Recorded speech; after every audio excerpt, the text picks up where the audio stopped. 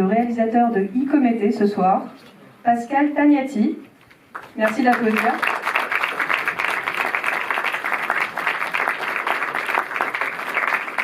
Ainsi que Elsa Charby, qui va animer le débat après la séance, directrice artistique du Festival d'Entrevue de Belfort. Entrevue de Belfort.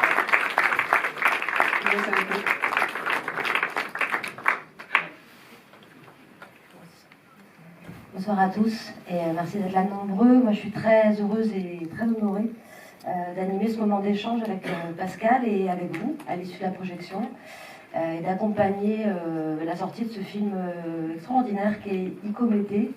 C'est un film qui a eu un très beau parcours en festival, qui a eu de nombreuses sélections, notamment à Rotterdam où il a eu le prix du jury, à la CID à Cannes, ou également au Festival Entrevue de Belfort que j'ai eu le plaisir de diriger pendant 3 ans.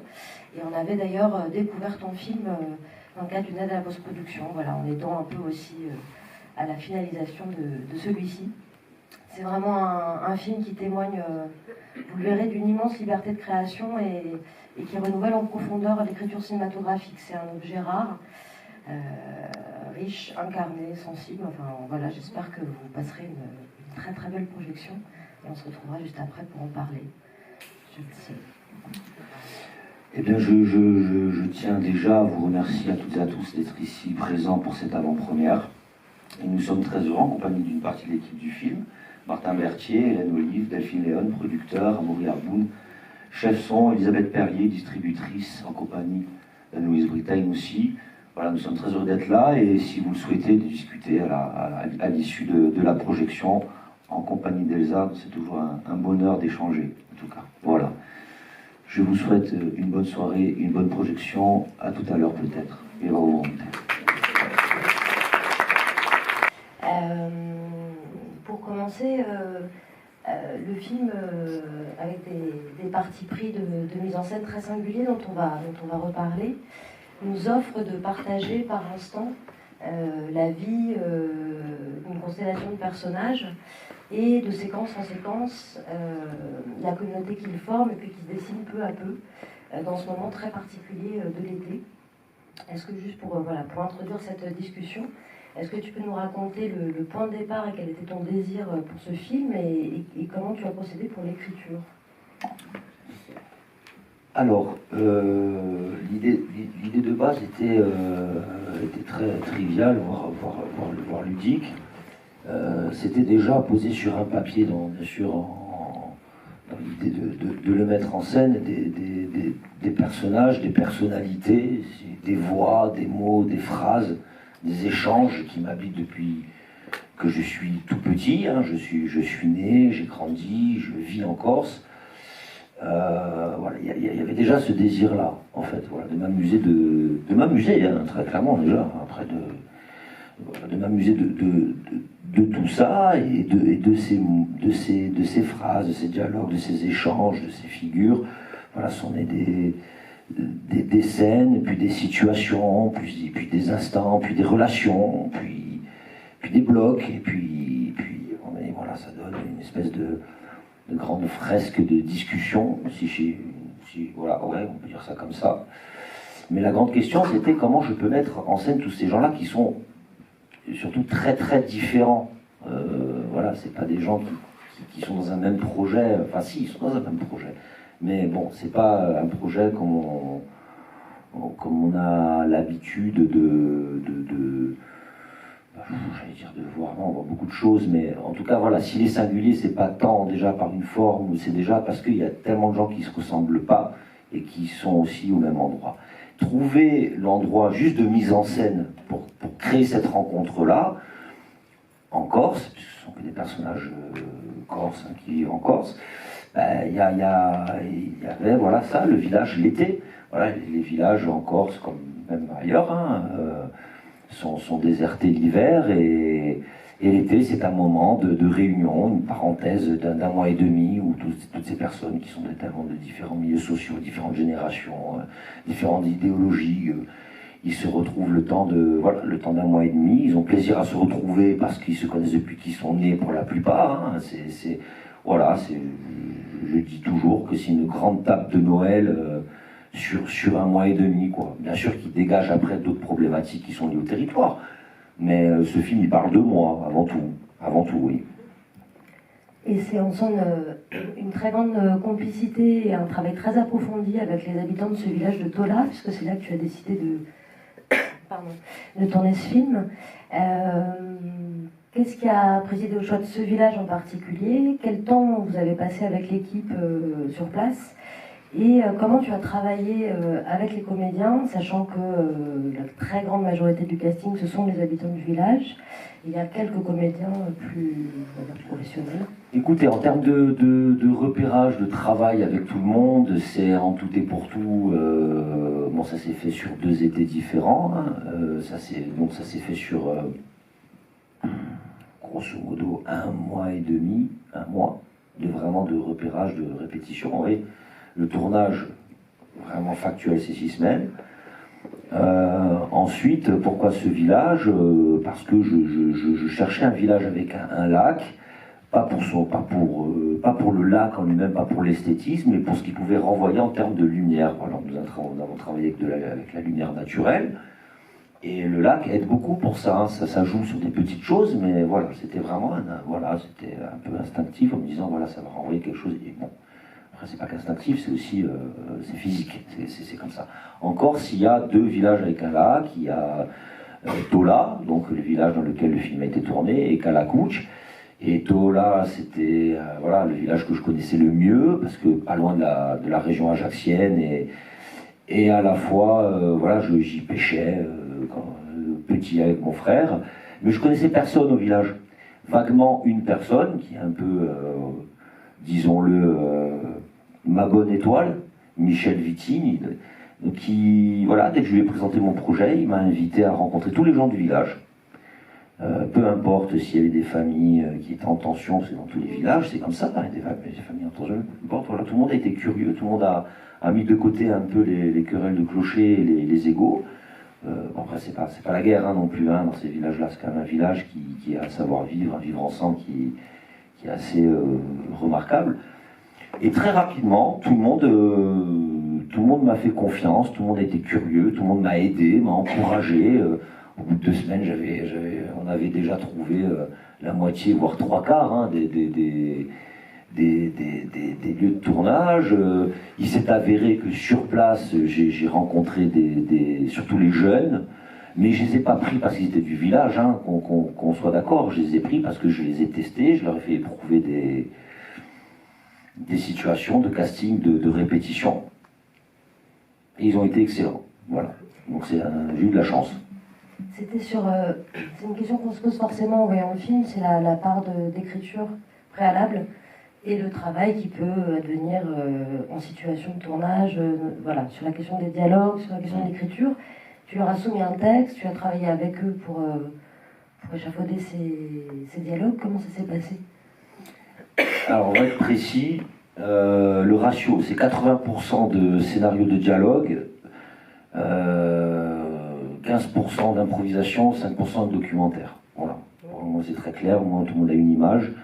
Bon, moi, j'ai travaillé avec eux de manière très traditionnelle, répétition avec texte en main. On ne va pas répéter des choses qui n'existent pas. Comme au théâtre, j'ai envie de dire, parce que là, pour le coup, c'est une règle qui ne peut pas s'éviter au théâtre. C'est comme ça. On a travaillé de manière très traditionnelle. Après, j'attendais la même chose des professionnels, des non-professionnels. Je les ai tous mis à la même enseigne. Après, il y a du cas par cas. Il y a aussi des personnalités. Donc, la direction s'est fait sur des personnalités aussi. Et bien sûr que chez les non-professionnels, il a fallu les muscler.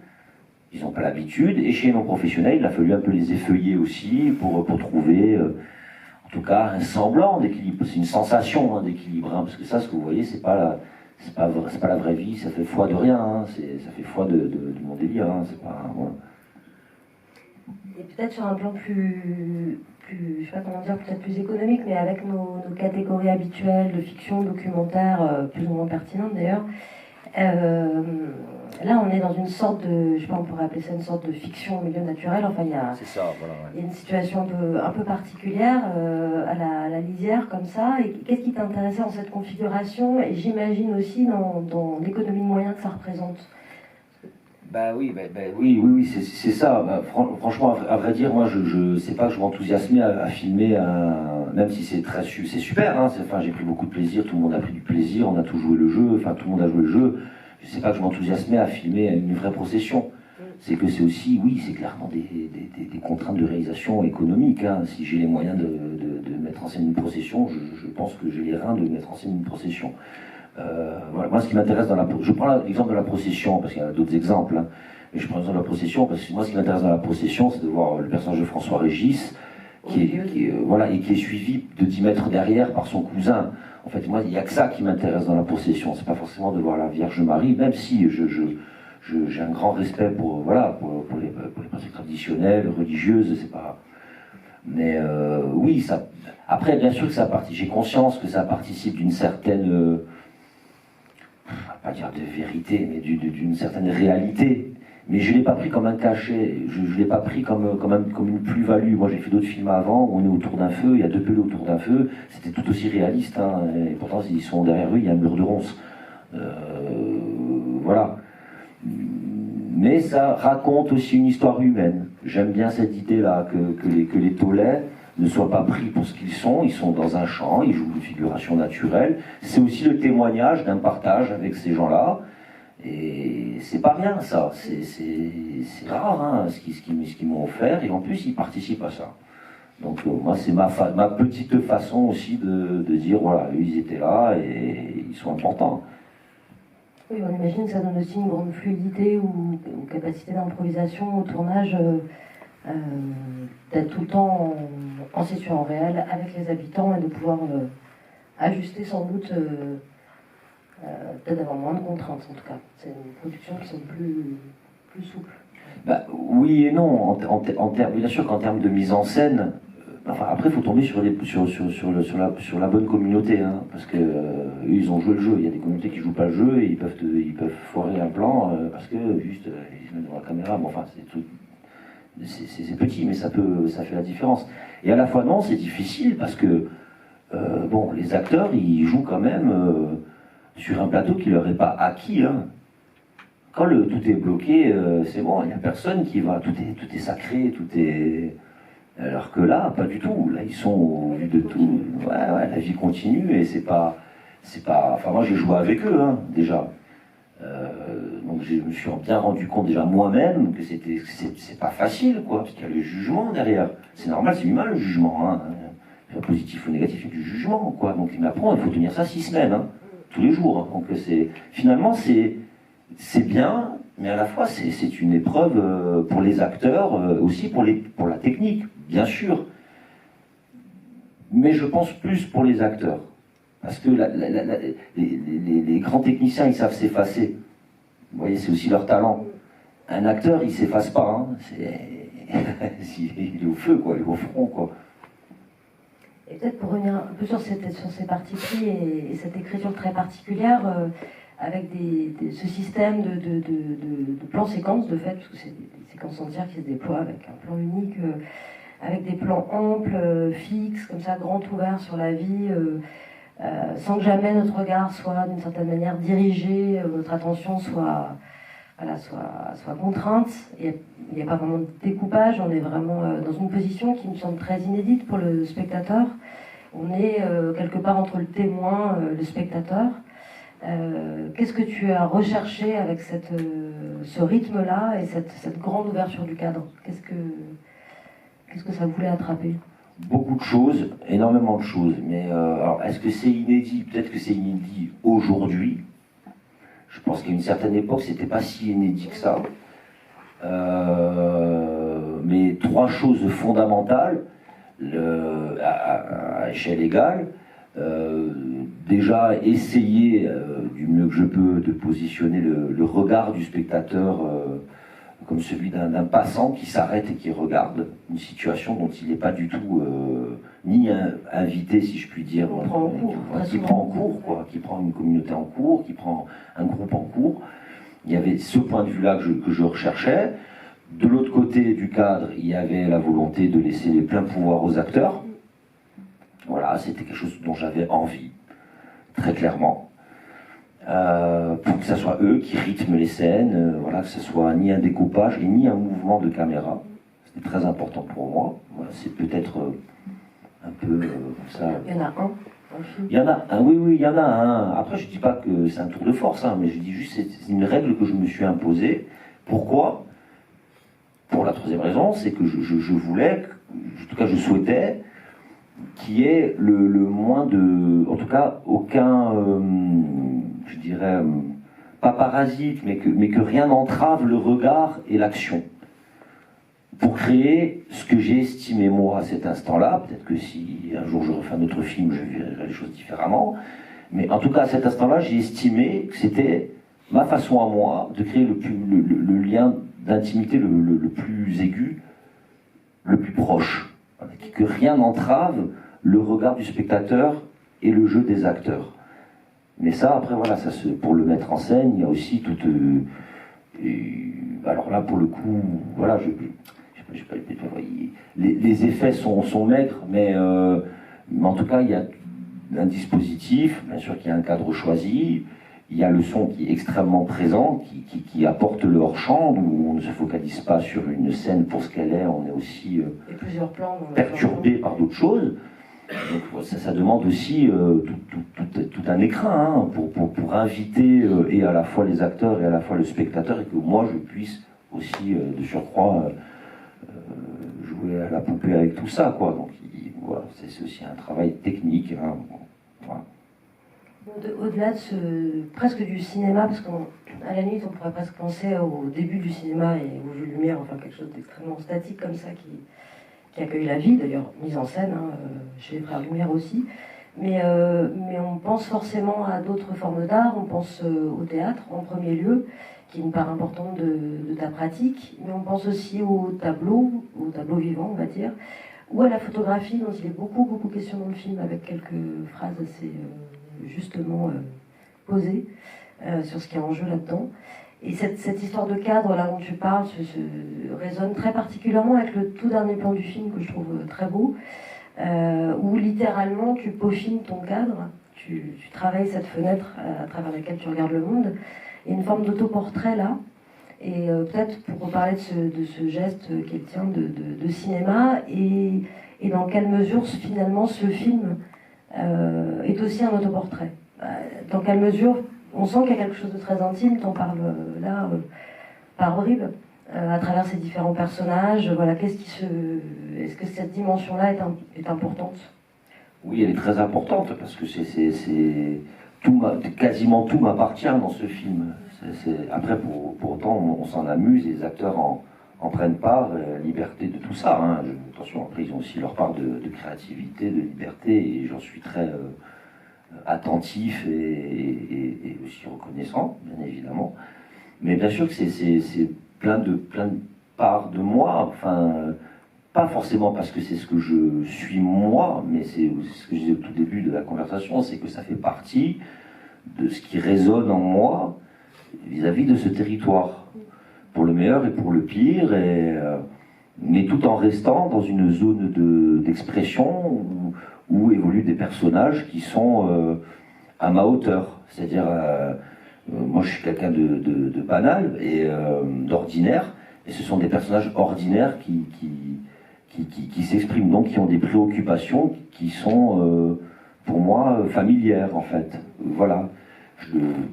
C'est ça. Voilà. Après, chacun les exprime après ce qu'ils vivent à leur endroit, hein,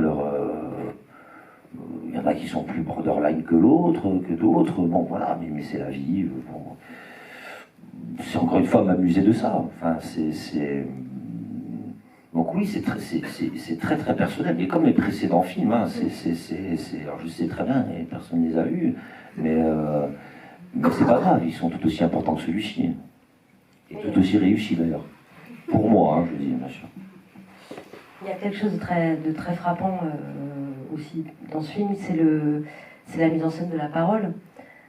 Tu parlais, je sais pas si l'expression que tu as employée au début de la discussion là-dessus, mais c'est vrai que c'est vraiment de la parole dans tous ses états, c'est-à-dire de la parole ordinaire, quotidienne, anecdotique presque, au grand monologue plein de vérité. Je pense à cette réflexion politique très profonde de la grand-mère de François Régis. Je pense aussi à la scène des larmes de Théo, ton personnage, sur ce moment de bascule d'une vie. Je pense aussi à cette jeune fille qui, de nuit, dans un monologue téléphoné très très beau, voilà, évoque la question de solitude, de mélancolie. Donc il y a à la fois ces états du langage très différents, mais il y a aussi un rapport à la fois burlesque et tragique au langage. C'est-à-dire qu'on a d'un côté Karina au standard qui dit « ouais, ouais, ouais ». Et à côté de ça, on a quelque chose d'infiniment tragique et mélancolique, et cette scène que moi j'adore avec le personnage que j'adore d'ailleurs de Lisandro, cet adolescent qui accueille cette amie dans sa chambre et qui est incapable de lui répondre quand elle lui dit « ça t'embête pas si je m'en vais », et puis qui s'effondre sur son lit, ou parfois dans une même séquence, par exemple celle du foot de l'entraîneur, on passe de vraiment l'ode à la fraternité, la solidarité, etc., à une vocifération terrible. Donc on est toujours un peu sur un... c'est toujours entre deux tons, on ne sait pas trop sur quel pied danser. Dans un même monologue, on va chavirer d'un sourire à une forme de tristesse. Et il y a toujours, quel que soit le sujet, c'est-à-dire que ce soit l'indépendance, la souveraineté, les footballs ou les fourmis, il y a une énorme conviction dans la parole. Il y a vraiment quelque chose qui est très au cœur du film. Déjà, il y a tellement de personnages si différents qu'automatiquement on va se retrouver avec des points de vue qui sont tellement différents et donc des désirs différents, des réflexions différentes. C'est aussi la pluralité des personnages qui amène aussi cette espèce de petit foisonnement de quête ou de réflexion ou d'affirmation.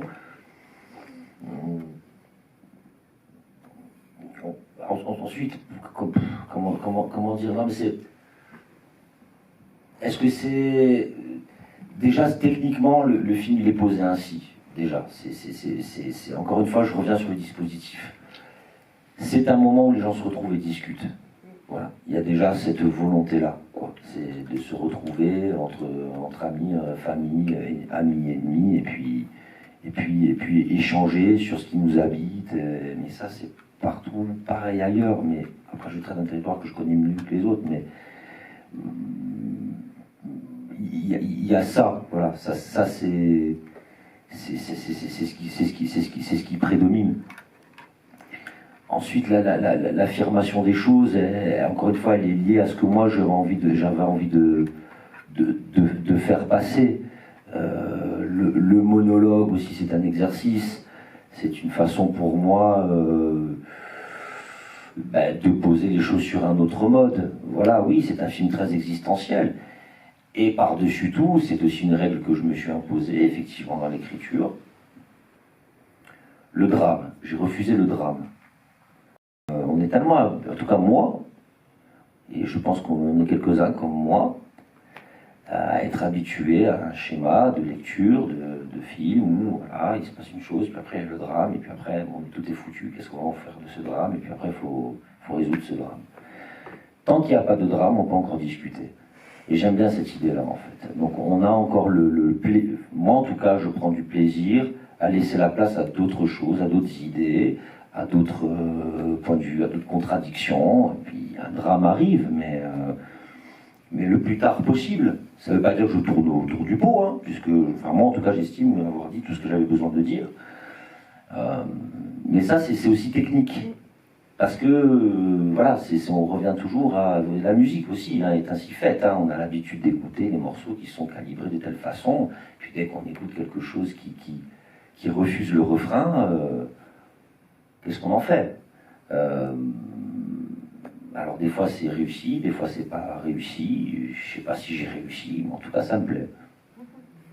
Après, il y a quand même des natures d'échange. Enfin, c'est vrai qu'entre la force de l'aveu, de la colère ou de la tristesse, ou plein de moments, et puis ces monologues téléphonés qui sont récurrents, cette discussion en ligne, enfin, il y a aussi des situations beaucoup plus étranges ou coupées de la parole, quoi. Mais peut-être que vous... Enfin, pardon, je voulais pas... Est-ce que vous avez peut-être une remarque sur ces... Une impression? Oui, j'arrive. Ah bah.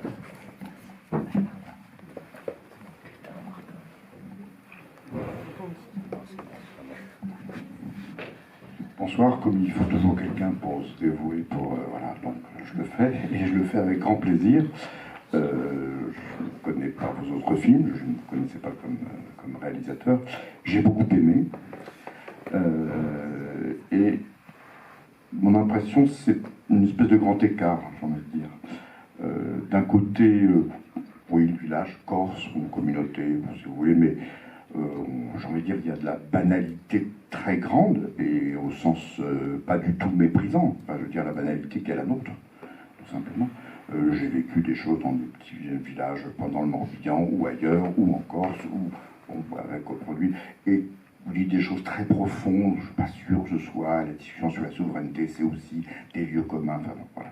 Mais ces lieux communs qu'on produit tous aussi, c'est-à-dire qu'on a ces formes d'intelligence et aussi de banalité en même temps.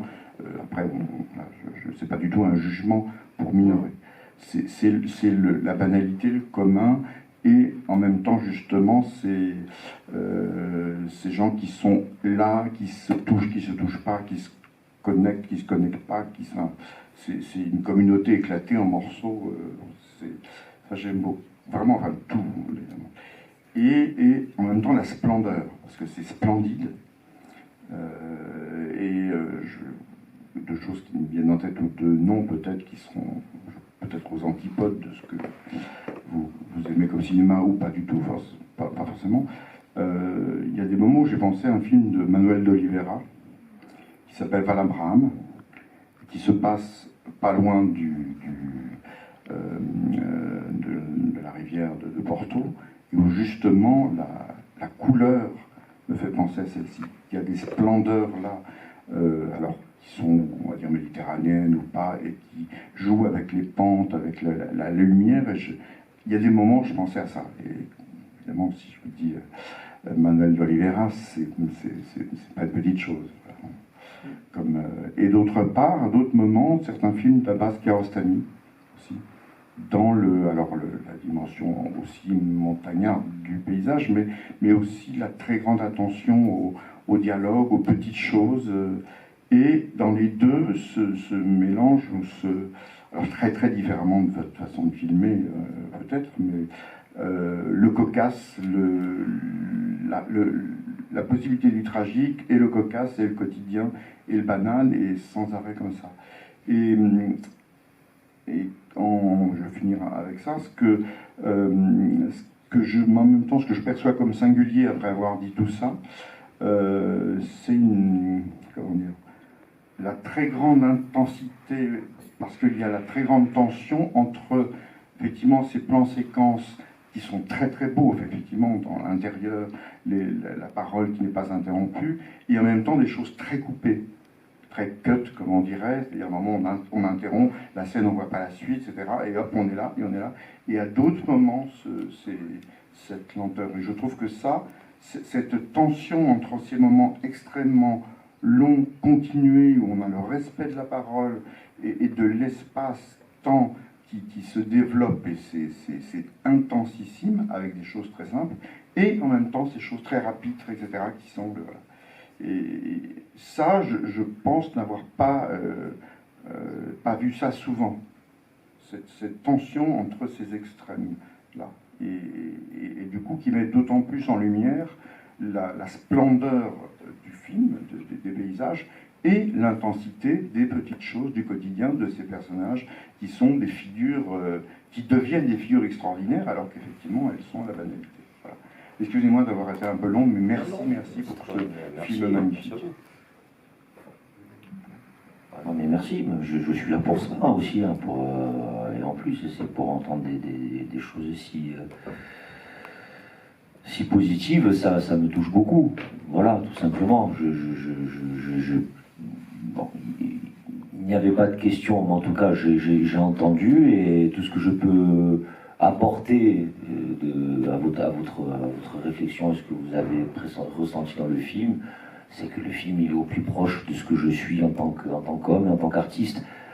voilà, après, bien sûr qu'il y aura toujours des films qui sont cousins, et même si on les a jamais vus, bon, je connais les réalisateurs dont vous parlez, hein, bien sûr.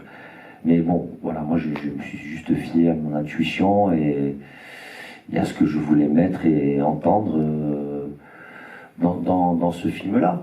Mais on revient encore à la question de la mise en scène, du jeu, des acteurs, à quel endroit on les concentre, à quel endroit, pourquoi, à quel moment on les propulse, jusqu'où on va les tenir.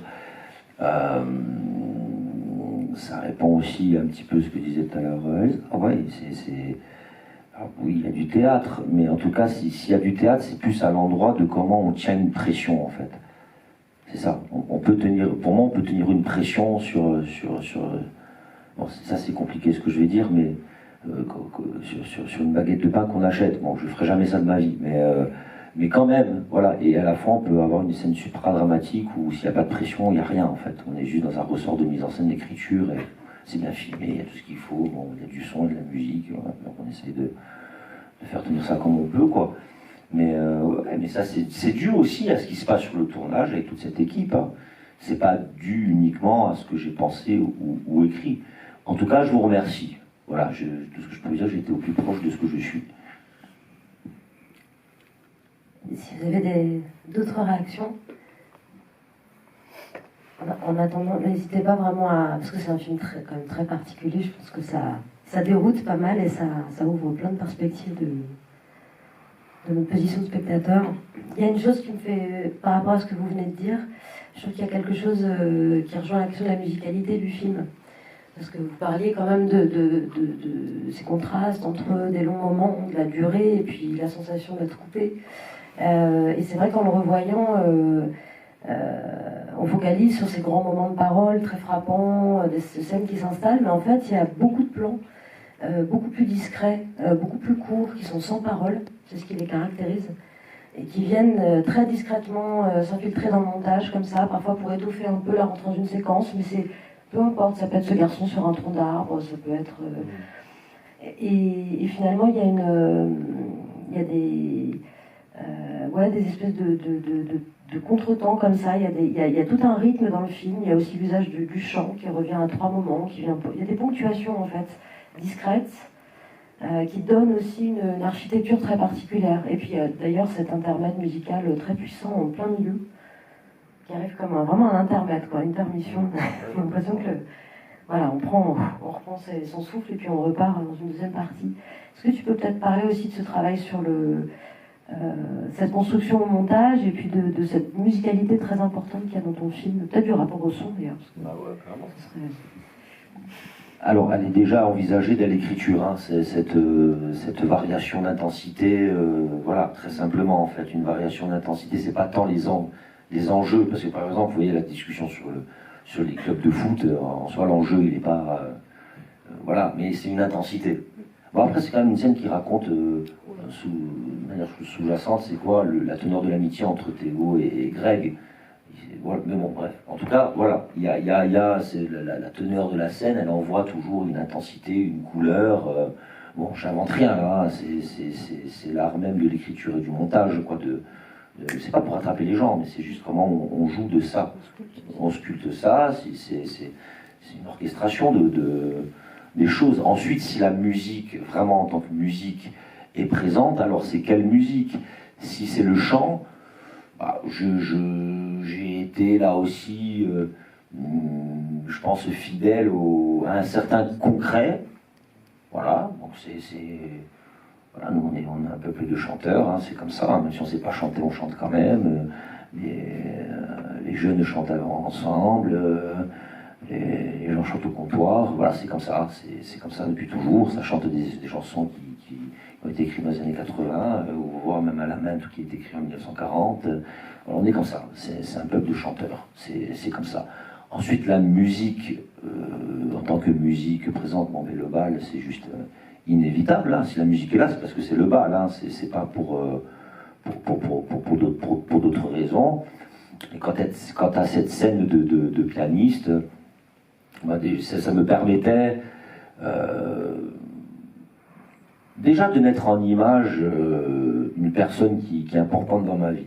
Voilà, il n'est pas acteur, Ange-Marie Bisgambit qui joue le rôle de Charles, mais c'est quelqu'un avec qui j'ai beaucoup travaillé il y a quelques années de ça, et, ça fait pas mal de temps maintenant, en musique, quoi. Voilà, c'est un super pianiste.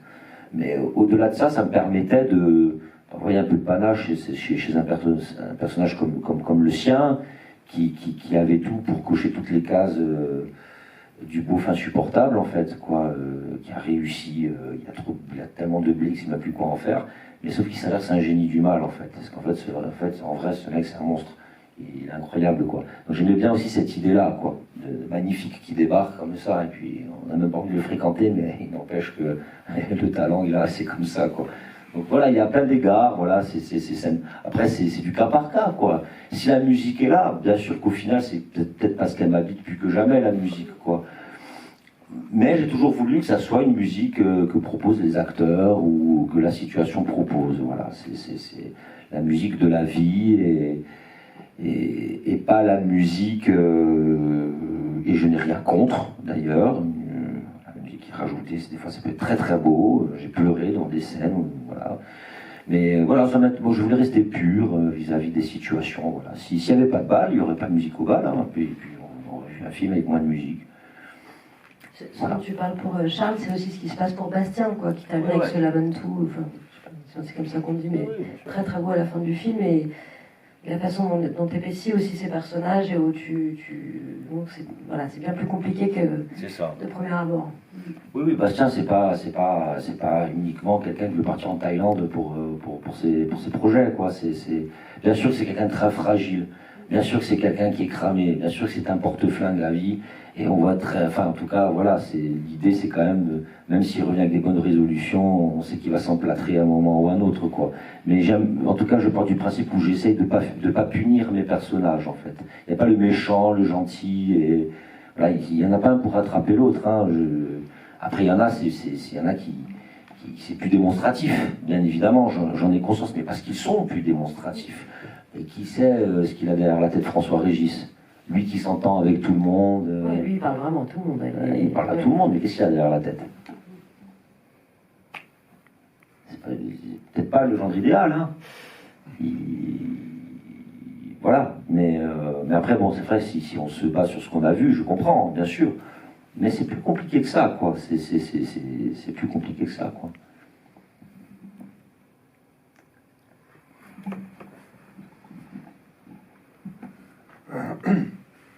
Bah déjà bravo, parce que le film est vraiment magnifique, mais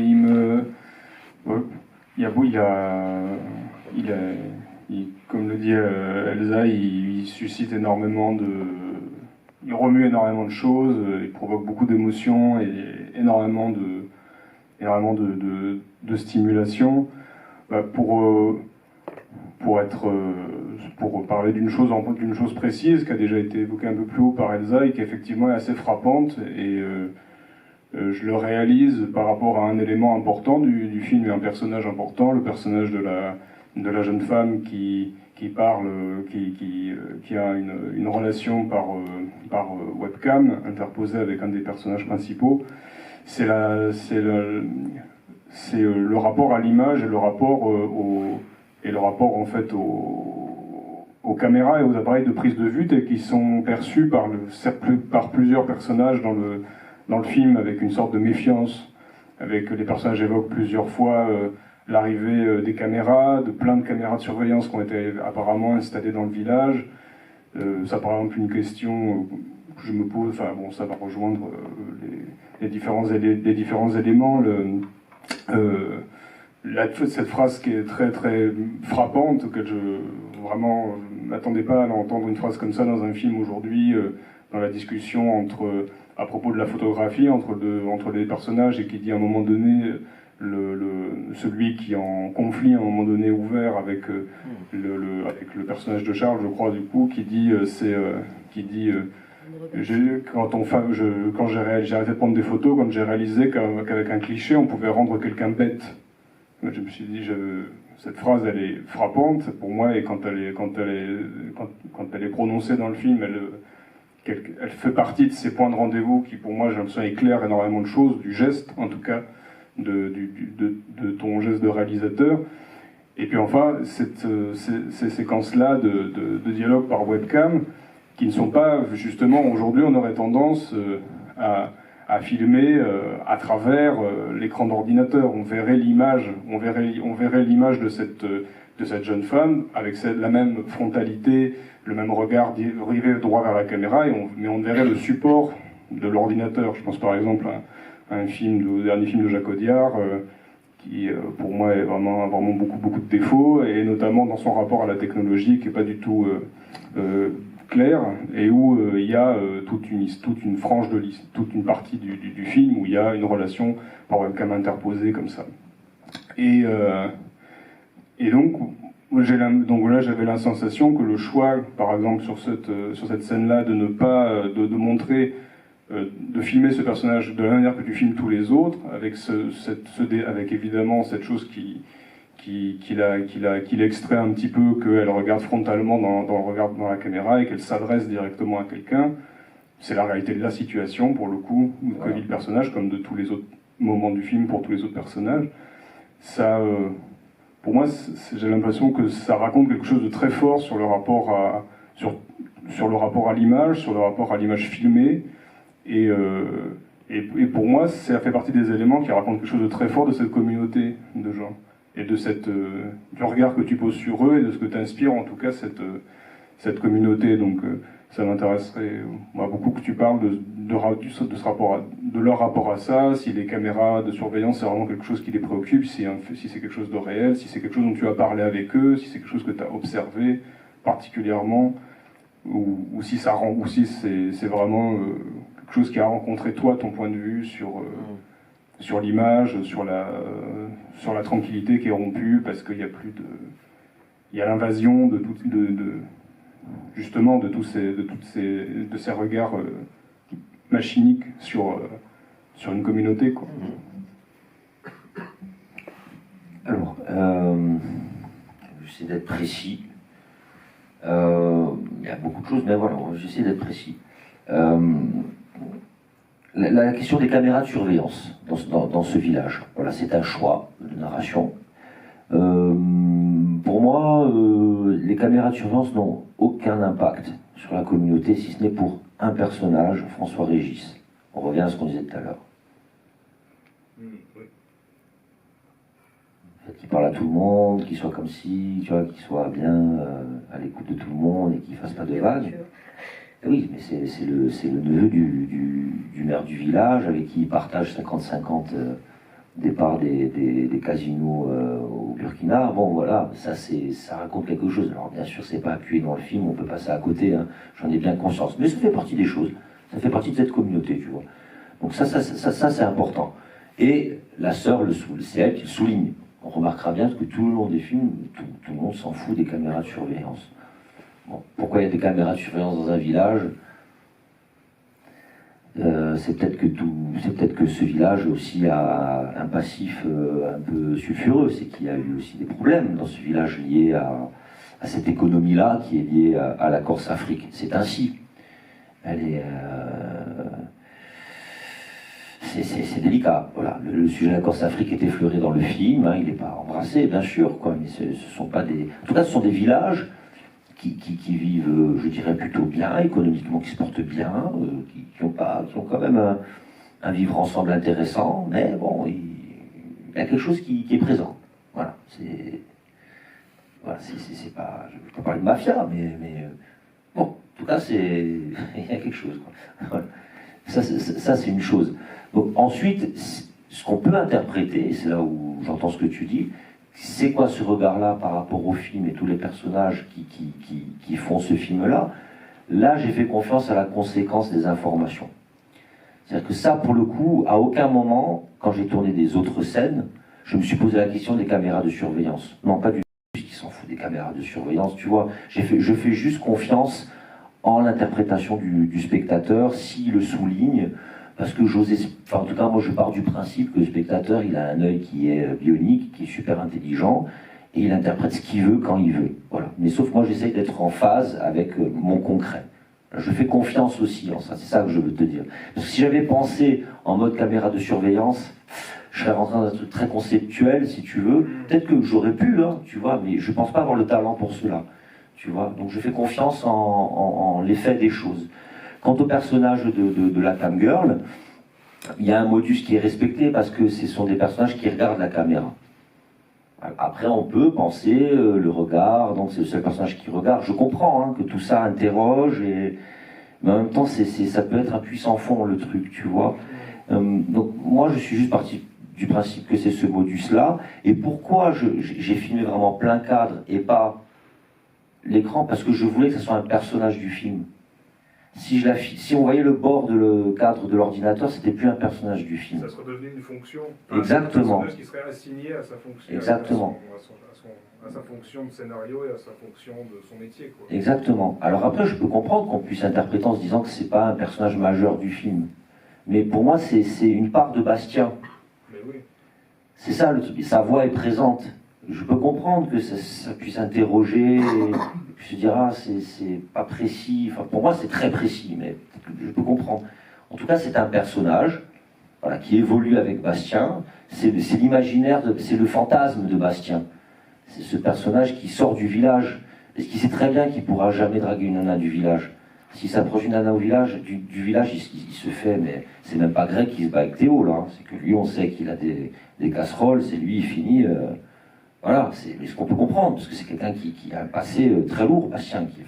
C'est un sale type, hein, quand même, faut pas l'oublier, quoi. Après, il fait comme il peut. Il a une sensibilité, d'ailleurs, à la fin, il se flagelle tout seul parce qu'il a brûlé des brebis. Enfin, c'est quelqu'un qui est possédé, qui est pris. Il y en a qui sont pris par... Être voyou, c'est une maladie, hein. C'est pas forcément... c'est très particulier à gérer ces personnalités-là, ces personnes-là, quoi. Donc j'ai essayé voilà, de trouver un équilibre avec le rapport de ce personnage tout en préservant Bastien, en même temps l'impliquant. C'est la recette qui m'a semblé la plus juste. Mais en tout cas, je comprends qu'on puisse s'amuser, j'espère qu'on s'amuse en tout cas, à imaginer d'autres choses derrière. Bien sûr, ce cadre-là, ces réflexions-là, c'est de la conséquence, quoi. Voilà, je fais confiance aux spectateurs. Et sur cette phrase là qui est prononcée par un des personnages qui dit le rapport tape vraiment dans quelque chose de très fort du rapport à l'image, de dire ah oui, pardon, oui.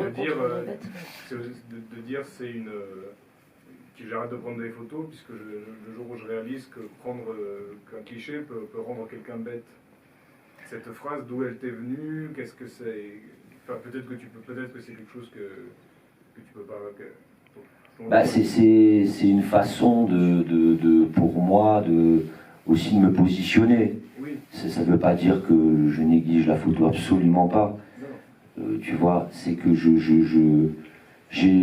déjà je pars d'un principe très très très basique où une image en mouvement laisse plus de chance à quelqu'un de... À la fois la photo peut rendre quelque chose de laid, magnifique, hein, j'en ai complètement conscience, mais il faut reprendre en cours de route, c'est-à-dire que c'est quand même un personnage qui a souffert, qui a eu des grandes blessures dans cette histoire, dans le village. On parle de quelqu'un qui était artiste et qui est devenu berger au village, par passion aussi, hein. Mais c'est aussi ce genre de personnage qu'on peut retrouver, je vais dire en Corse, mais peut-être que vous en connaissez ailleurs, j'en doute pas. En tout cas en Corse, il y a cette image du berger en haut de sa montagne, avec sa barbe, et qui aligne pas de mots, et qui est déterminé juste à élever son troupeau. Et puis il y a des bergers en Corse qui sont vraiment des rockers en fait, quoi, tu vois, qui sont des gens qui ont des vies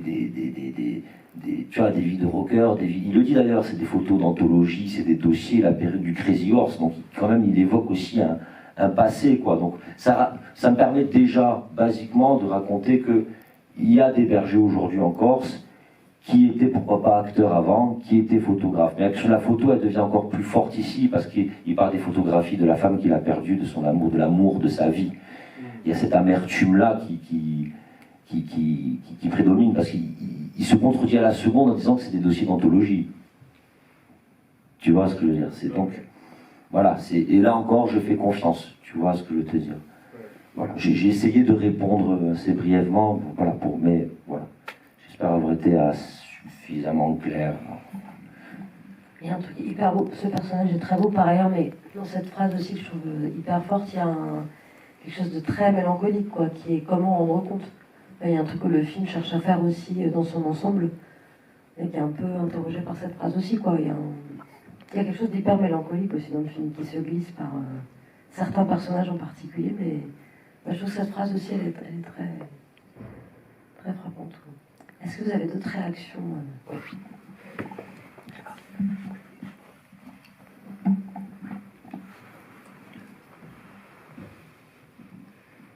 Excusez-moi, parce que du coup, bon, juste petit écho sur cette phrase que j'ai aussi bien sûr trouvée très forte. C'est mon interprétation personnelle, mais je l'entendais moi à un moment, et d'autant plus avec la discussion, comme prendre un cliché, autrement dit faire un cliché des personnages ou des silhouettes, parce que je trouve qu'il y a aussi beaucoup de gens qui sont des silhouettes autant que des personnages, et c'est ça qui est très intéressant, on est entre le personnage et la silhouette, constamment. Ça peut devenir des personnages, comme ça peut n'être plus qu'une silhouette dans le paysage. Et faire de ces gens des clichés, dans tous les sens du terme du mot cliché, c'est les rendre bêtes. Alors qu'en fait, vous faites exactement le contraire. Vous leur restituez à chaque fois une humanité possible. J'espère. Et ce serait ou une photo arrêtée, on peut faire des photos arrêtées magnifiquement humaines, ou on peut faire des photos arrêtées qui soient des clichés qui rendent les gens bêtes. Et vous, c'est à travers du mouvement, mais comme vous l'avez dit très justement vous au début, on pense aussi à des tableaux vivants, et j'ai envie de dire que ça m'emmène aussi, je sais pas, vers dans les tableaux hollandais, Jan Steen ou Jeronimus Bosch, enfin vous voyez, on est dans tout ça voilà, pour moi, qui fait que à chaque fois vous restituez quelque chose qui fait que ce qui pourrait devenir du cliché ne s'arrête pas au cliché. Bah peut-être encore une fois parce que je juge pas mes personnages. Donc du moment que moi j'estime de ne pas les juger et que je leur offre en plus la possibilité de s'exprimer dans une image en mouvement, eh ben d'un coup ils sont moins condamnés. Enfin c'est ma perception, hein. Tout se démonte. Mais un truc qui se démonte pas, c'est mon intention vis-à-vis d'eux en fait. Voilà, ça c'est clair. Et je pense que j'aurais plus de chances de les rendre moins bêtes en les filmant qu'en les prenant en photo. Parce que je leur laisse plus de chances de vivre en fait. Ça ne veut pas dire que ce que je fais c'est mieux que de la photo, hein. Attention, qu'on s'entende bien. Hein. Mais voilà, mais ça part de ça, de mon intention vis-à-vis d'eux, quoi. J'essaye de leur donner une chance. Je ne sais pas si j'y arrive vraiment en vrai. Vous savez, c'est compliqué parce qu'on a tous notre interprétation des situations, des personnages, des mots, voilà. C'est dur, quoi, tout ça. Mais voilà, j'ai essayé de créer le champ le plus à la fois mouvant et à la fois libre et à la fois aussi ferme parce que j'ai ma pensée pour essayer de les rendre, voilà, les moins bêtes possibles. Mais par contre, ce qui me fait pas peur, c'est la folie des personnages. Voilà, mais ça, encore une fois, d'un spectateur à l'autre, ça change, quoi. Je pense qu'il y a des scènes qui vous ont... Juste, vous savez pas quoi, vous saviez pas trop quoi en faire. Moi, me font mourir de rire. Donc voilà, donc c'est ma cuisine après, mais j'ose penser que quand on juge pas, une image en mouvement laisse plus de chance. C'est mon point de vue.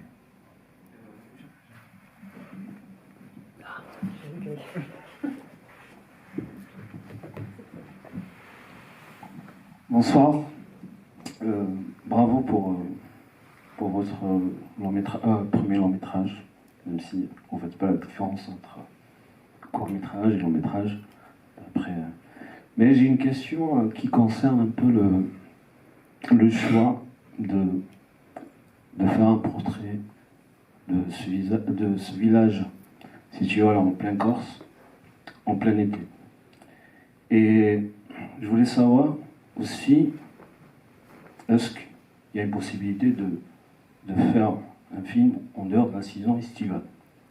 Parce que là, vous avez fait ce projet en plein été, en 2 étés, et le fait qu'il y ait des revenants dans le village, ce qui est intéressant, et je pense qu'il y a une volonté aussi où vous avez refusé de parler d'ailleurs.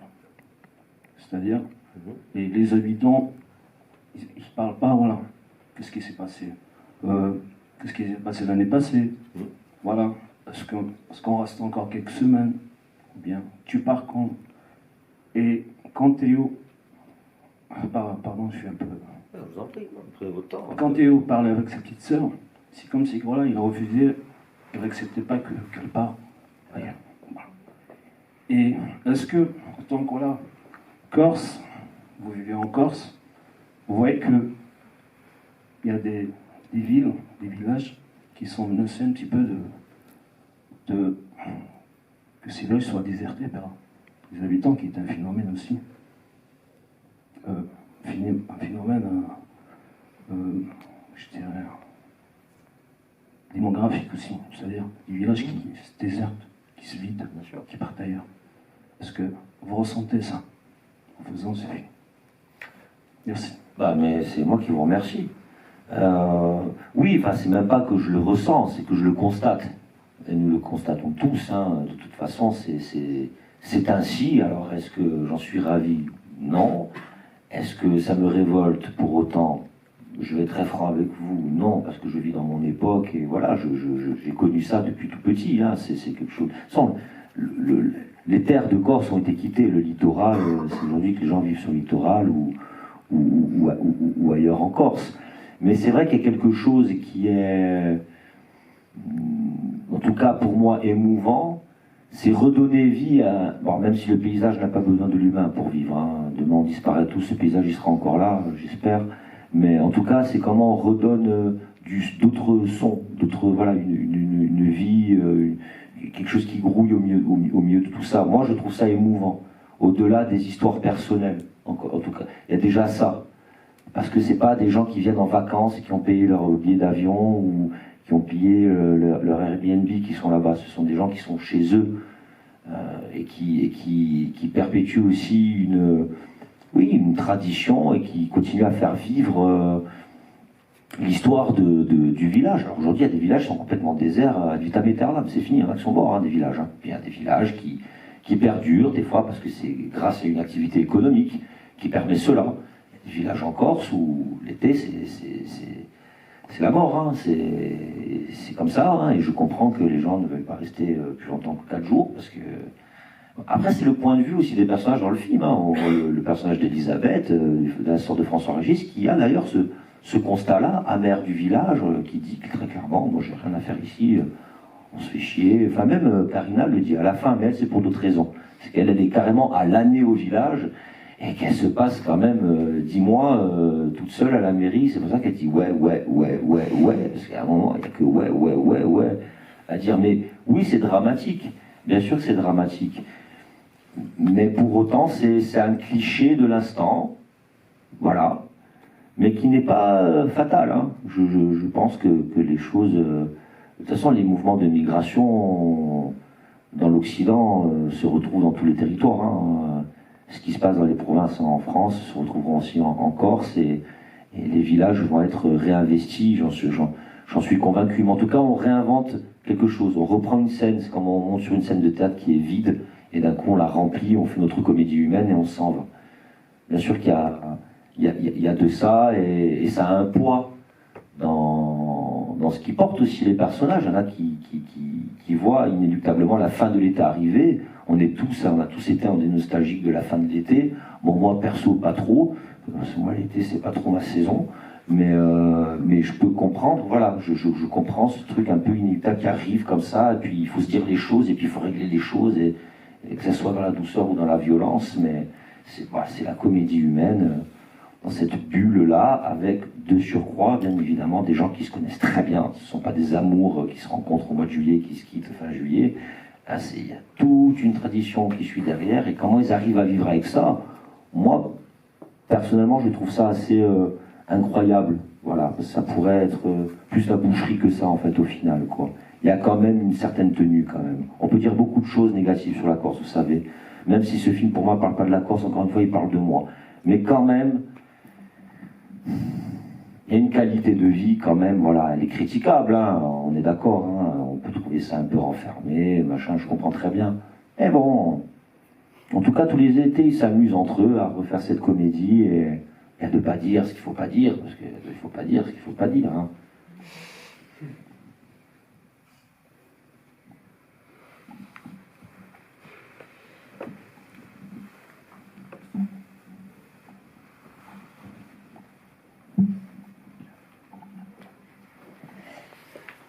On a encore plein de choses à dire. Peut-être il y a la question qu'on a forcément un peu envie de savoir, même si c'est une parfaite fiction et que les habitants de Tola jouent des rôles qui ne sont pas les leurs. Ça a été vu comment? Qu'est-ce qu'ils ont apprécié peut-être de comment ils ont pris le film? Enfin, les projections là-bas, comment c'était reçu, cet univers de cinéma? Très simplement, en fait, ils étaient tous à fond et ils ont beaucoup ri, parfois un peu pleuré, et voilà, la réception, elle a été très simple dans la mesure où j'ai été honnête avec eux. Je leur ai annoncé quelque chose que j'ai tenu, voilà, ils ne se sont pas sentis dépossédés, ils ont été surpris, mais dans le bon sens, parce que entre la théorie et la pratique, on se prend quand même... Et vous savez, c'est même pas que les scènes de nu, des trucs comme ça, c'est juste de voir le cousin qui passe en fond, déjà, c'est... Et puis voir les lieux comme ça immortalisés, ça les a... Et je comprends, moi on fait ça chez moi, vraiment dans mon vrai village, chez moi, dans ma maison familiale, quelqu'un filme ma maison familiale, je pourrais en pleurer pendant 3 heures, je ne regarderai même pas la situation. Voilà, c'est... Non, la réception, elle était juste magnifique, quoi, c'est pas... Donc non, on a été très... Parce qu'on a été honnête, comme moi, voilà, et toute mon équipe, voilà, on a tous été très clairs sur le projet, et voilà, et c'est des gens qui sont friands de passer un moment aussi avec un peu de panache, et ça les dérange pas de voir un objet qui paraît particulier, ils voient ce qui se passe, et ils sont portés par ça, non, la réception était incroyable. Ben, on te souhaite la plus belle des réceptions, parce que le film sort en salle, donc officiellement mercredi. Oui. Et voilà, donc n'hésitez pas à en parler aussi, pour ceux qui ont été enchantés. Et puis on souhaite tout le meilleur pour cette sortie. Merci beaucoup Elsa pour cet échange encore une fois, un grand plaisir et un gros bisou à Martin, Elisabeth, Anne-Louise, Delphine, Amaury, Hélène, qui sont ici présents, ils n'ont pas pris la parole, mais voilà, ils sont très, très importants pour moi. Ça peut être drôle parfois, mais des fois, c'est bien aussi de parler d'eux. Voilà, c'est important. Vous voyez ce que je veux dire? Voilà. Allez, gros bisous à tous. Merci beaucoup pour votre patience. Ciao. Nous revoyons.